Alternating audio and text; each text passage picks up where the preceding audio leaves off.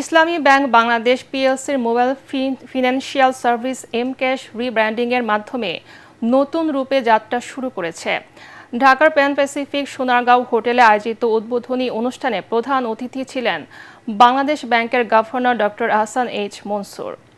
অনুষ্ঠানে সভাপতিত্ব করেন ইসলামী ব্যাংকের chairman professor doctor M Zubaidur Rahman. বিশেষ অতিথি ছিলেন বাংলাদেশ ব্যাংকের এক্সিকিউটিভ ডাইরেক্টর আরিফ হোসেন খান। স্বাগত বক্তব্য রাখেন ইসলামী ব্যাংকের ম্যানেজিং ডিরেক্টর মোহাম্মদ ওমর ফারুক খান। অনুষ্ঠানে আরও উপস্থিত ছিলেন ব্যাংকের এক্সিকিউটিভ কমিটির চেয়ারম্যান মোহাম্মদ খুরশিদ ওয়াহাব, অডিট কমিটির chairman Mohammad Abdus Salam, FCS risk management কমিটির chairman professor doctor M Masud Rahman এবং স্বতন্ত্র পরিচালক মোহাম্মদ আব্দুল জলিল। এছাড়া বাংলাদেশ ব্যাংক ও ইসলামী ব্যাংকের প্রধান কার্যালয়ের কর্মকর্তারাও উপস্থিত ছিলেন।